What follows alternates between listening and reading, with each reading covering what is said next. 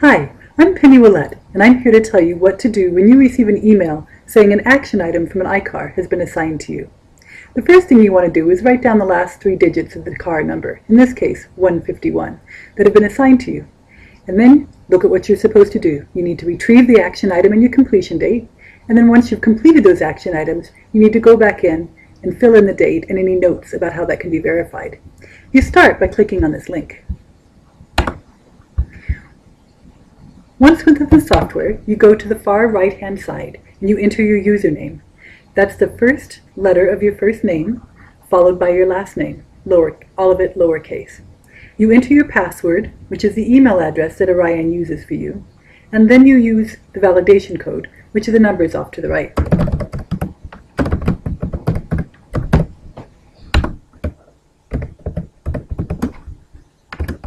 And you hit login. If you receive this error, enter the same information a second time, and usually it will take it.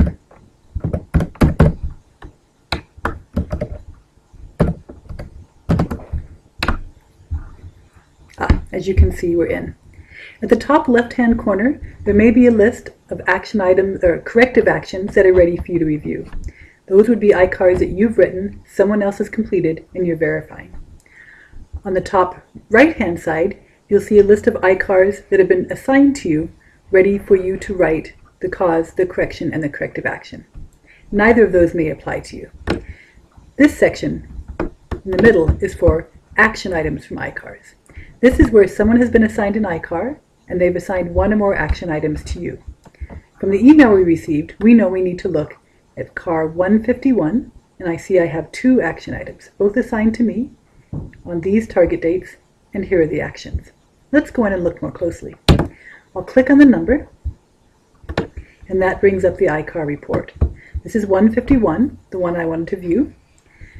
The first few boxes, basic iCar information, nonconformity, corrective action, representative, and forming a team, have all been completed by the person who found the nonconformity, the internal auditor perhaps. The next section, the next few sections, on the containment, the qualitative analysis, which is optional and may not be filled out, and the root cause analysis and corrective action section. These were completed by the person to whom the iCar was assigned. And we know that whoever that person was, they've assigned us some actions. So let's go and see. So the problem here under nonconformity, the vehicle will not start. Let's see what tasks have been assigned for correction. We click on this box, and the task is to tow away the old vehicle. I see it was assigned to myself in this location, and I have to do it by 9:23. Now I've identified what this is. I'm going to, in your case, probably if this is the first time I've seen it, I'm going to go away and do that. I'll log out. In this box, the only way to leave is you can type in what you're going to type and hit submit, or you can hit the red X just on this box, not to log out of the program. If I want to log out of the program, I need to scroll up to the top and click on these boxes that have the blue and the green person. That's how I would log out when I'm ready. You do not want to log out using this big red X, because your countdown timer will continue and you will not be able to log back on for 30 minutes after you close the program this way. This is the countdown timer. It gives me 30 minutes on any given page, and being inside these task boxes counts as being in this same page. So I have 30 minutes in order to do whatever I need to do on this page. If it looks like I'm going to run out of time, I move to the bottom, and on other screens there's a save button there. I see there isn't. In this case, when I'm entering my corrective action, I need to do it within the 30 minutes. All right, so in this case, we have seen what our correction is. Now let's move down, and they have listed some information about the problem to help us understand the problem. And then we can click this box to see the 5 why analysis and the corrective actions that have been assigned. So we see the 5 whys here. There can be more than 5 whys. You can always click this box to add additional whys, or there can be less than 5. But the idea is to come to go past the symptoms of the problem and get to the real cause. So we see what their cause investigation showed, and we see that only one action was necessary to be taken to eliminate the cause and keep this problem from happening again. Obtain an alternate vehicle. And I see that also has been assigned to me, and here's my due date. At this time, I'm just learning about the problem, so I'll close that out, and I will log off the program, and I will go ahead and I will do my assigned action items. Now, when I have gone away and I have towed off the vehicle and I have obtained a new vehicle, I'll log back into the system the same way, come back to this same page. It's a good idea to keep that email to help you find it. If not, you can always get in via www.qitweb.net/Orion. That'll take you back to that same blue screen. So when I have completed an action, correction, I will go into Assign Task, click the box, find my action item. I have towed away the old vehicle.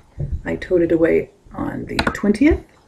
Self-assessment is where I add the evidence that I can prove that this was done. So in this case, I will say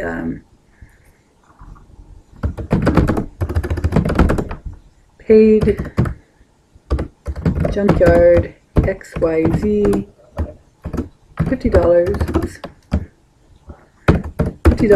to tow vehicle. See attached receipt. So perhaps that is the evidence that I would use. Perhaps you can come up with something better. But the idea is something that the person who's verifying that it was done and that it was effective, whatever they're going to need to see for that. Now, if I were to hit this red X, this box would close and all my information would be lost. I don't want to do that, obviously. I'm going to hit Submit. But I need to add my completion date. Tomorrow, hit Submit. Well, it says I can't complete it early, so I guess we'll take it on Monday. So we'll submit that completion date that we did that. It's accepted. I won't be filling out the containment action comments or the containment action date. Those will both be filled out by whoever verifies the information that I've uploaded. That's why they show up gray. So I move down to the next task box. As you can see, there is one action item open here, none in the preventive action, so we don't even have to open this one and look. But I see there's one open here under root cause and corrective action. I see it's assigned to myself. Obtain an alternate vehicle. So I completed that. Let's see if we can do this one early. And I will say see attached title to demonstrate that we have a new vehicle. Okay, so we're going to have to pick a date past that completion date. Again, you need to hit Submit in order to save your information. And even though we've hit Submit within the two boxes, within the 5Y analysis box and within the Assigned Task box, it will not be saved until I hit the Submit button here. So before I do that, I'm going to double check my information. I still have time. It's less than 30 minutes. There was one task open here about towing the vehicle. I've completed that information. There was one task here about purchasing a new vehicle. I've completed that information. There are no tasks here because it's not a preventive action, it's a corrective action. So I move down to the bottom, and this is where I would attach my title, and this is where I would attach my tow receipt. You would browse. You can click on any type of information. It can be in any type of file, really. Attach it here by just double-clicking on it.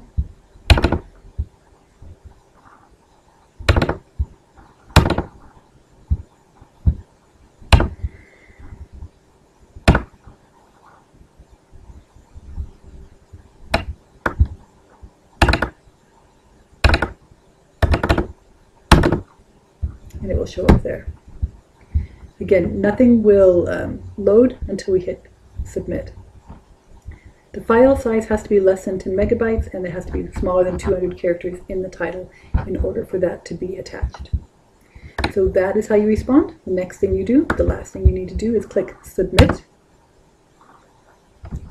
and then the information has been saved.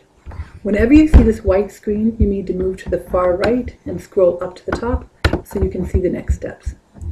Always your next step is going to be to hit the Notify button to let whoever is the next person in the process know that you're done and that they need to be moved forward. So in this case, This goes back to the person who has initiated the ICAR, and it says the root cause and corrective action are ready for your review. And then take a look at them. If it can be closed, please close it. If not, note the reason why on the form. So if there is any problem with what you've entered, you will receive another email telling you that there has been a problem and you need to go back and look at the notes within it, or it will tell you that they have closed it. In any event, please send this email. If you wish to review the ICAR report in total to see not only how it was originally written, but also how it was responded to and your part in the actions, you can open it up here and you can review it and you can print it, whatever you like. You can save it as another file. So we'll close down the file, go back to the main software, and you're done.